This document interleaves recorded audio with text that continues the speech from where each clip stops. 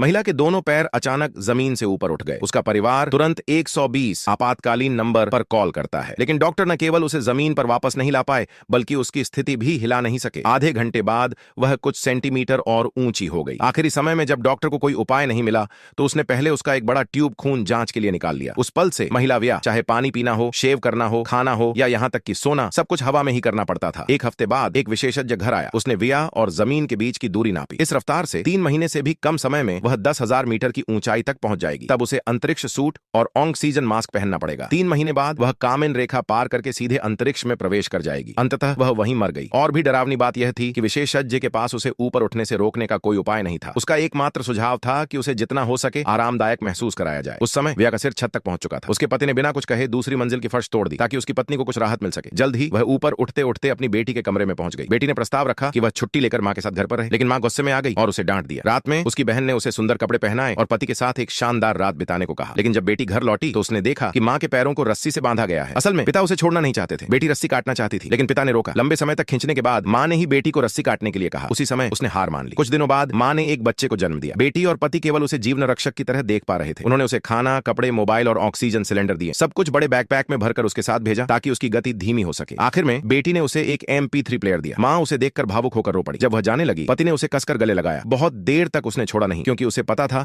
कि यह आखिरी बार है जब वह अपनी पत्नी को देख रहा है। जितनी ऊंचाई पर व्या पहुंचती, सूरज की रोशनी उतनी तेज होती जाती। साथ ही हवा में ऑक्सीजन कम होने लगी और तापमान गिरता गया, जिससे महिला का चेहरा सूज गया। उसने और कपड़े पहनने शुरू किए। अगले दिन जब खाने को कुछ नहीं था तो उसने घर पर कॉल किया, लेकिन उसने खाने के लिए नहीं कहा, बल्कि बेटी से पूछा कि क्या वह पढ़ाई ठीक से कर रही है और क्या घर का ख्याल रख पा रही है। वे एक दूसरे की बहुत परवाह करते थे, लेकिन इसे शब्दों में व्यक्त नहीं कर पाए। बेटी अपनी भावनाओं पर काबू नहीं रख सकी और बीच में ही फोन काट दिया। हालांकि मां फोन को लेकर चिंतित थी, फिर भी उसने खुद को मजबूत बनाया और MP3 चलाकर संगीत सुनने लगी। लेकिन ध्यान न देने पर MP3 नीचे गिर गया। यह देखकर मां का दबा हुआ दर्द और गुस्सा फूट पड़ा। उसी क्षण उसने जोर से चीख लगाई और दिल का सारा बोझ बाहर निकाल दिया। तभी एक झुंड पक्षी उसके पास आया और उसके चारों ओर मंडराने लगा। इससे उसके चेहरे पर एक मासूम मुस्कान आ गई। वह भी पक्षियों की भावनाओं से प्रभावित हो गई और हंसने लगी। लेकिन कुछ देर बाद आकाश में बारिश शुरू हो गई। वह हिल नहीं सकती थी, इसलिए भीगती रही। पति ने आकाश की ओर देखा और चिंता में डूब गया। बेटी ने मन ही मन मां के लिए प्रार्थना की। भारी बारिश के बाद वह बादलों की परत पार कर चुकी थी। अब उसे सांस लेने के लिए ऑक्सीजन चाहिए थी। दिल की सारी चिंताओं को दूर करने के लिए उसने आखिरी बार परिवार को फोन किया। उसने बेटी को पढ़ाई में मेहनत करने के लिए प्रोत्साहित किया